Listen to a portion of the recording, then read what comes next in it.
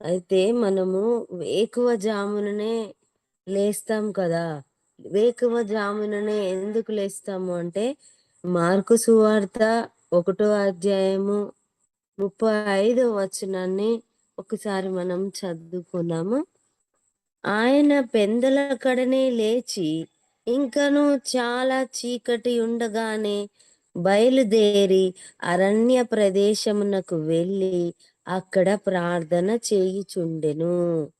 మరి దేవుడే పెందలకడనే లేచి, ఇంకా చీకటిగా ఉండగానే బయలుదేరి అరణ్య ప్రదేశమునకు వెళ్ళి, అక్కడ ప్రార్థన చేయుచుండెను.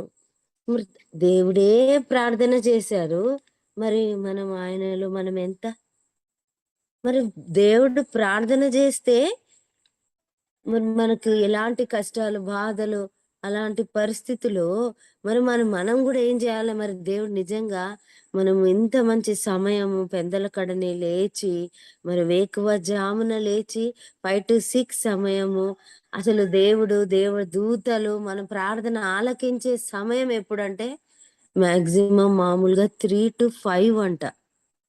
3-5 ఎంతంటే పిన్ డ్రాప్ సైలెన్స్‌గా ఉంటది. మనము ఎట్లా మన కన్నీరు విడిచి ఆయన పాదాల చెంత ఉండి నిశ్శబ్దంగా ఉన్న సమయంలో, ఎవ్వరు లేని సమయంలో మనము ప్రార్థన జేస్తే దేవదూతలు దిగి వస్తారు. తప్పకుండా దిగి వస్తారు. మన మొర ఆలకించే సమయం. మరి మనం కూడా నాకు అవును. అనిపిచ్చింది నిజమే కదా! ఎంత మంచి సమయం మనకు దేవుడిచ్చాడు. మరి ఈ సమయాన్ని మనము యుటిలైజ్ ఎంతవరకు చేసుకుంటున్నాము అనే ఈ వర్డ్స్ మన మొర ఆలకించాలే. మనకెన్నో సమస్యలు, ఎన్నో బాధలు, ఎన్నో కష్టాలు అన్నీ ఉంటాయి. మరి మనం మొర ఆలకించే సమయము దేవుడు మనకిచ్చాడు. దేవదూతలు మన చుట్టూ మనకు తెలవకుండా మన హృదయ వేదనను ఆయన వింటాడు. మనము ఎప్పుడు ప్రార్థనలు ఏమనుకుంటామంటే మన చుట్టూ దేవదూతల కాపుదలుండాలి. మన గృహం చుట్టూ దేవదూతల కాపుదలుండాలి. నిత్యము దేవుడు మనకు తోడుగా ఉండాలి. అంటే ప్రతి ఒక్కరి దగ్గరికి దేవుడు రాలేడు కాబట్టి, ఆయన మనకు దేవదూతలను నిత్యము కాపుదలలో ఉంచడానికి దేవుడు మనం దేవుడిని అడిగితే ఆయన మనకి సిపాయిలాగా దేవదూతలను తప్పకుండా పంపిస్తాడంట. మరి ఎలాంటి వారి దగ్గరికి దేవదూతలు వచ్చారు. ఒక్కసారి మనము బైబిల్‌లో ఉన్న వ్యక్తులను ఒక్కసారి మనము జస్ట్ అలా అనుకోని తర్వాత మనము కంటిన్యూషన్‌గా అన్నీ చెప్తాను. అయితే దేవదూతలు దిగి వచ్చే ప్రార్థన ఎవరెవరు చేశారు? ఆ వ్యక్తులను ఒకసారి మనం జ్ఞాపకం చేసుకుందాం. ఆదికాండము 18 ఒకటో అధ్యాయంలో చూసుకున్నట్లయితే అబ్రహాము దగ్గరికి దేవదూతలు వచ్చారట. ఎలాంటి ప్రార్థన చేస్తే మరి దేవదూతలు దిగి వచ్చుంటారు? ఫస్ట్ అబ్రహాము దగ్గరికి మరి యెహోవా ఆయనతో పాటు దేవదూతలను మరి వచ్చారంట. మరి అబ్రహాము దగ్గరికి మరి దేవదూతలు ముగ్గురొచ్చారట. ఒకరు అతనితో మాట్లాడారట. మరి ఇంకొక అతరు వచ్చి మరి ఇద్దరు ఎక్కడికి పోయారు? మరి ఇద్దరు మరి షారా దగ్గరికెళ్లారట. అక్కడ అట్లా ఒక్కొక్కరి గురించి చెప్తాను. మనకు సమయం తక్కువగా ఉంది. మళ్ళా తర్వాత సెకండ్ ఎవరి దగ్గరికెళ్లారు రెండవసారి దేవదూతలు? యాకోబు వచ్చారట. మరి తన తండ్రి దగ్గర ఆశీర్వాదాలు పొందాడు యాకోబు గారు. మరి అన్న సంపేస్తా అని అంటాడు. మరి తను మామ దగ్గరికెళ్ళిపోతాడు. అక్కడ ఆదికాండంలో 32:6లో చూసుకున్నట్లయితే దేవదూతలు కనిపిస్తారు. మరి ఇంకొకరికి గూడా కనిపిస్తారు. ఎవరికి? యాకోబుకు గూడా. యాకోబుకు మరి మామగారింటికెళ్తాడు. తను ఒక రాయి దగ్గర పడుకుంటారు. తను కలలో దేవదూతలు కనిపిస్తారు. అది మనందరికీ తెలిసిన విషయమే.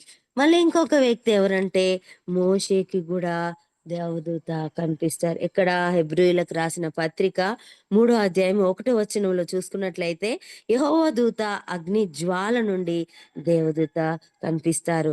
మాట్లాడే దేవుడు మరి మోషే గారికి దేవదూత అగ్నిలో కనిపిచ్చి, దేవదూత అతన్ని పిలుస్తుంది.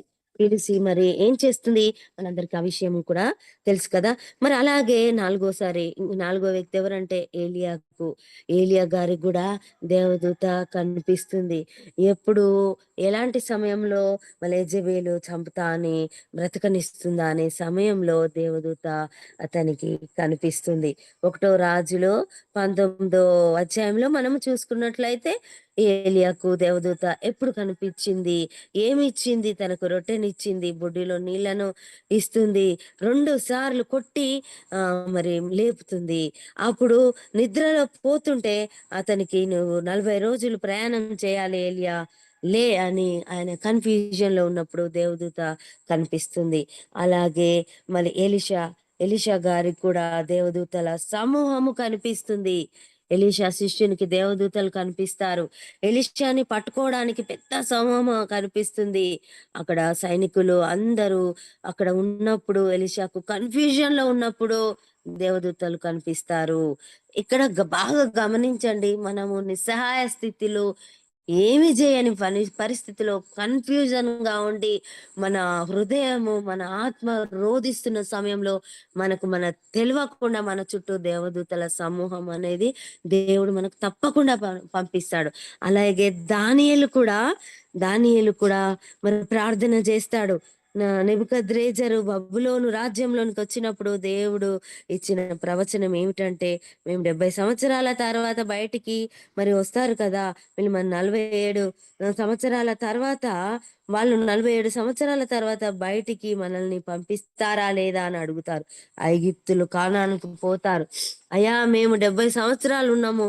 మరి దానియేలు 9 అధ్యాయం 20 వచనం చూసుకున్నట్లయితే ఈ వాక్యంలో దానియేలుకు గాబ్రియేలు దూత కనిపిస్తుంది. దానియేలుకు ఒక ఆత్రం, కన్‌ఫ్యూజన్‌లో ఉన్నప్పుడే దేవదూతలు కనిపిస్తారు.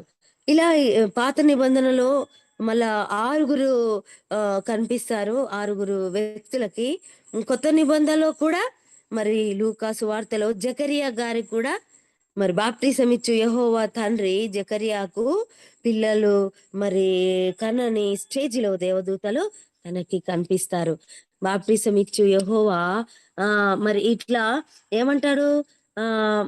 యెహోవా మరి తనకి జకర్యాకు దేవదూతలు కనిపించడానికి ఇక్కడ ప్రత్యక్ష గుడారము యాజకత్వం చేస్తుండగా ద్వీపస్తంభం దగ్గర కనిపిస్తుంది. ఓల్డ్ ఏజ్‌లో కనిపిస్తుంది. ఆశీర్వాదం ఇస్తుంది. ఎవరు? దేవదూత. బాప్టిసం ఇచ్చు యెహోవా అప్పుడు ఎవరికి? జకరియా గారికి పుడతారు.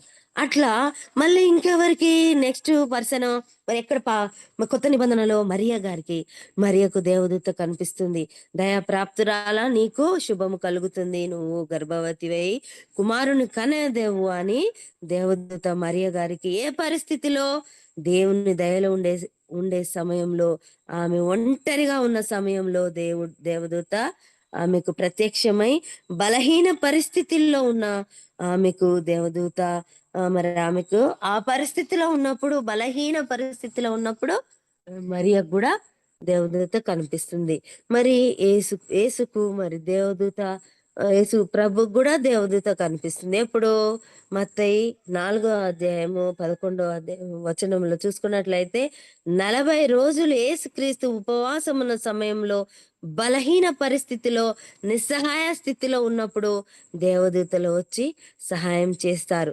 సైతాను శోధించిన తర్వాత దేవదూతలు వస్తారు. శరీరం బలహీన పరిస్థితిలో ఉన్నప్పుడు మరి ఆ దేవదూతలు అతనికి కనిపిస్తారు.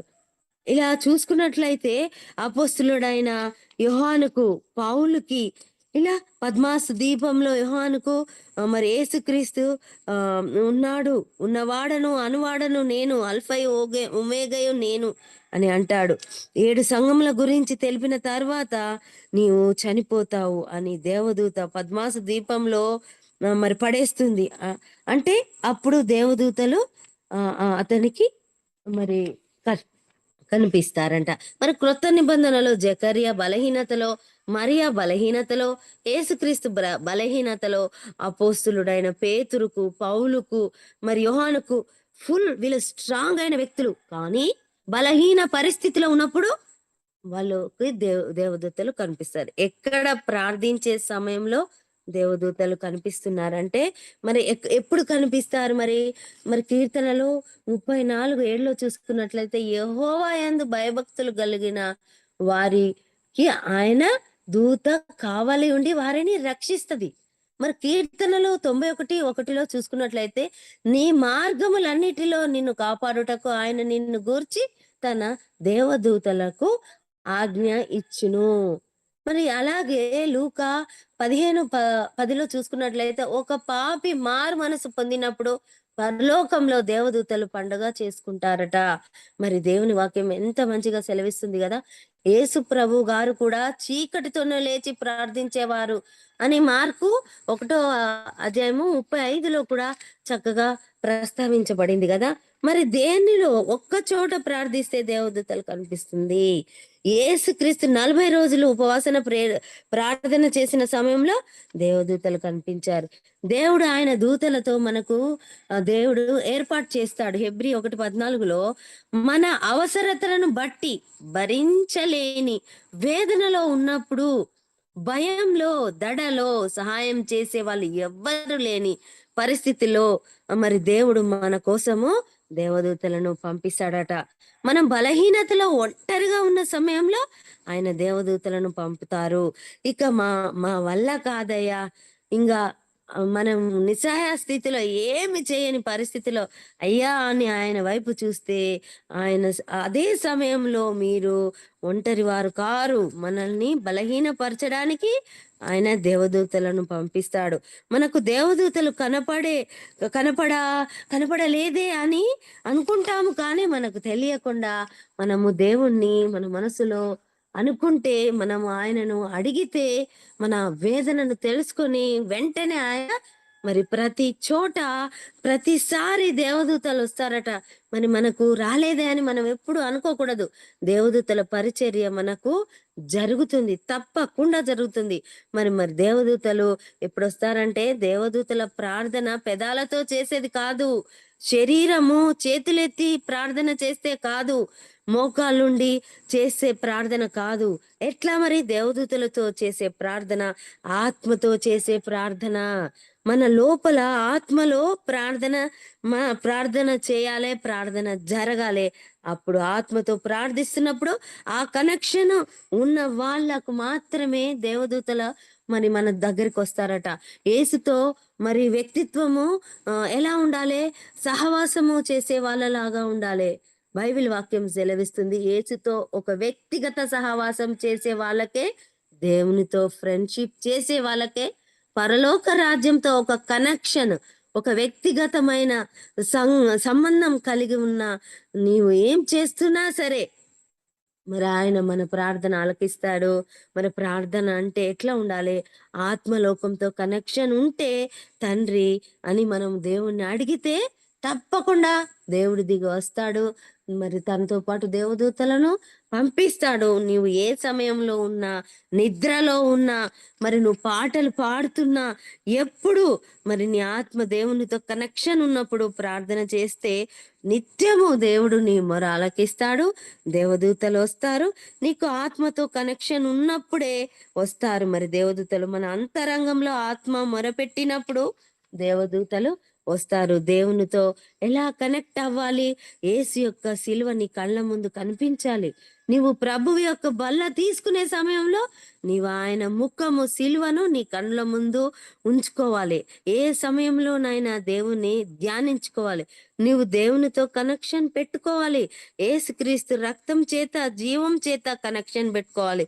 బైబిల్ అనేది ఒక స్టోరీ కాదు. ప్రభువా నాకు మనం రియాలిటీలోకి పోవాలి. మన జీవిత విధానాన్ని దేవునితో సహవాసం చేస్తూ ప్రయాణించాలి. యేసయ్యతో ఒక వ్యక్తిగత సంబంధం కలిగి ఉండాలి. ఆయన నాకు నిజం అనే స్థితిలో ఉండాలి. మనం నిజం అనే స్థితిలో ఉండాలి. ఆత్మ విషయమై దీనులైన వారు ధన్యులు, పరలోక రాజ్యం వారిదని దేవుడు చెప్పాడు. మనం బోధిస్తే మనం దానిలో లీనమై బోధించాలి. మనం పాట పాడితే ఆయనకే మహిమ అనే విధంగా పాడుకోవాలి. మనం మాట్లాడేటప్పుడు కూడా మన ప్రవర్తనలో కూడా మరి నిజము రియాలిటీ కలిగి ఉండాలి. ఇప్పుడు మనము బోధిస్తూ ఇప్పుడు నేను బోధిస్తున్నప్పుడు కూడా దేవుడు మనం బోధించే సమయంలో నిత్యము మన మాటలో, మన పద్ధతిలో, మన ప్రవర్తనలో, మన నడవడికలో అనునిత్యము మనము పవిత్రతతో దేవుణ్ణి అడిగితే దేవుడు కనిపించాలి అంటే మన కళ్ళకు కొట్టినట్టుగా మనం బోధించాలి. క్రైస్తవ విశ్వాసము రియాలిటీలోనికి రావాలి. నీవే ఒక మిషన్‌గా మనం ఒక మిషన్ లాగా మారిపోవాలి. ఒక మినిస్టర్‌లో ఒక హిస్టరీలో మనము రాయబడేలాగా మనల్ని మనము మార్చుకోవాలి.